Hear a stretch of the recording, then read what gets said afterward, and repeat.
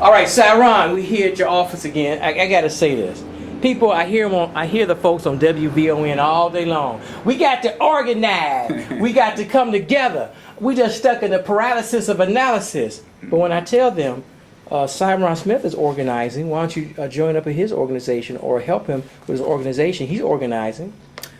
Well, how come they don't come call Syron? Well, first, Mark, as I always do, man, I salute you for just doing what you do. I have you classified as broadcast journalism, and that's a club that we have because people who love expressing and communicating. And we got a lot of young people out there that want to do that, but they lack supervision and leadership to do it. But going back to your point about the paralysis of us as a people, I think we get an unfair shake a lot of times. I believe in our community, we are some of the most active people out there. The problem is we don't have a system. So therefore, you have individuals out there acting alone or acting in small cliques, if you will, 5 and 10 people, and that won't get us to where we ultimately want to go. It boils down to habits. At the end of the day, it's what we do naturally, what we do without even thinking about what we're doing. For instance, we over cleaning up over in Inglewood, and the people pull up and say, "Why y'all cleaning up?" That tells me there's a habit, or we've gotten comfortable with the community being as is. So now that you see someone doing something counter to that,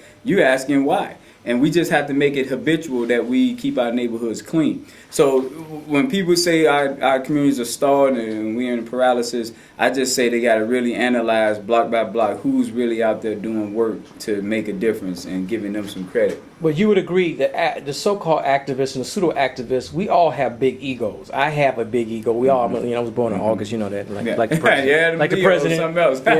They get problems. Yeah. But the point is that the activists, I always tell them, why don't you call Syron? Why don't you, help them out? And they say, I'm going to get to it, Mark, or, all this kind of crazy. But Mark, and granted, man, part of that is whenever you say a person's name, what happens is frustration mounts because if I'm 35 years old, if I'm 43 or 47 years old and I've been working at this for 20 years and it didn't happen, subconsciously, I might not want to see nobody else make it happen because it might expose some lack of whatever I didn't do when I was coming up. But what I want to say to those spirits out there is that it's all about the Creator. It's all about in His season, who He ordained at what period of time that it should come to pass. And everyone has a role to play. We all are spoke on the wheel. So no one should be feeling insecure about someone else getting glory or attention. Yours will come in just due time if you're on the right side. Because the flip side, if you just ego tripping and you can care less about people, you shouldn't get your just due. The National Block Club University, you do organize. You're a community organizer par excellence. But what does that mean? What do you actually do? Here, let me say this again. I believe, I'm a 12-year Navy veteran, U.S. Navy veteran, and one of the first things we do when you join the military is they put you in a category. You got to go under, we call it a rating or billet, and that means you're going to fulfill a role within the U.S. Navy structure.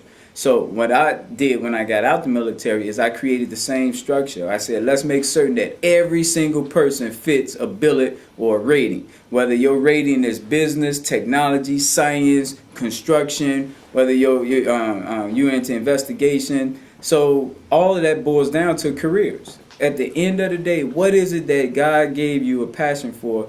And once we identify that, let's link that with people who are already doing it. So that'll bridge the gap between our elders and our young people. Because the elders, if you're a lawyer for 20 years, you got contacts as a lawyer. So now some 10-year-old that want to be a lawyer can benefit from the network that you built just habitually by natural practicing law. And so that's the key with NBCU, National Block Club University, is taking 20 career industries and organize them so that we can make certain that every single day we're out there block by block throughout our 20 U.S. cities, our 20 countries in Africa, and our 20 Chicago zip codes, finding out how many people want to be doctors, lawyers, teachers, nurses, scientists, you name it, and just linking them people so they can do what comes natural for them. Well, my passion is very, very, very basic.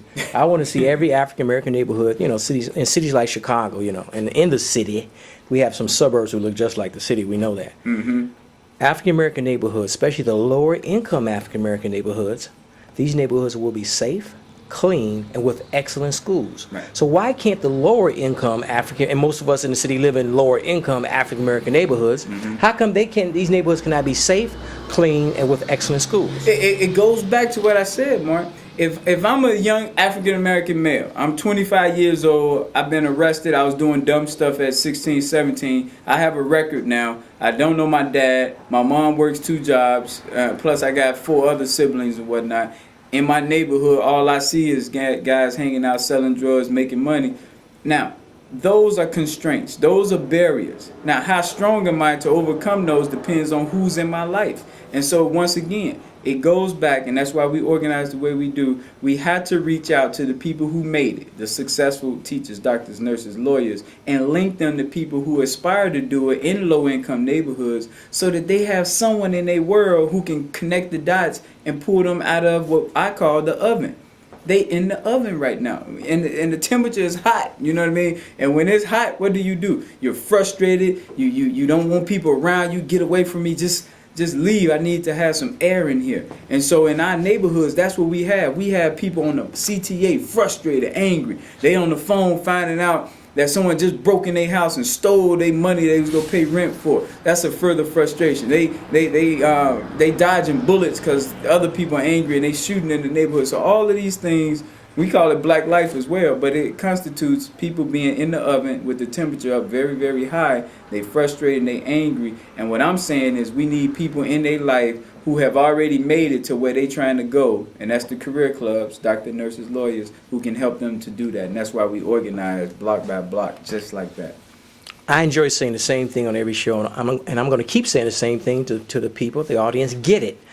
I just truly believe some of our mothers and our grandmothers, for a lot of different reasons that some of you just mentioned, they don't want their children to succeed. They block people like you. They say if you're a young woman, you have a 10-year-old, 15-year-old son, they should be involved in the Block Club University, but they won't because they're afraid their son or daughter is going to grow beyond them and leave them in the hood. Now you're dealing with some psychology there.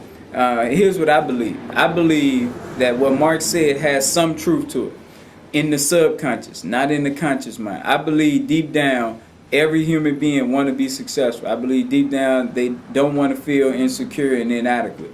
But if I'm a mother and my daughter knows how to do algebra and I never learned how to do algebra, that can expose me and make me feel very insecure. So subconsciously, I might not bring the subject up. I might just let her fend for herself, find her own way, versus exposing the fact that I never learned algebra. That's what I believe is happening. Unfortunately, in high crime neighborhoods, you have parents who didn't do too well themselves, and subconsciously they just don't want that subject brought up. So well, you hit it on the head. I even talked to so-called middle-class parents, and they have this mindset of the child has to find their own way. I can only motivate them so much. That's crap. But what I do have learned that if your child is not really connected, even outside the home, I don't care how great your home is. Right. To the church, to the church, a good church like, Trinity, Reverend Moss's church. That's one of the few churches I have to laud. But I know what good mean, but active, I would say. Okay, well, Reverend Moss's Trinity Church, Reverend Rice's old church, I got to give them credit. The only ones I see are doing something.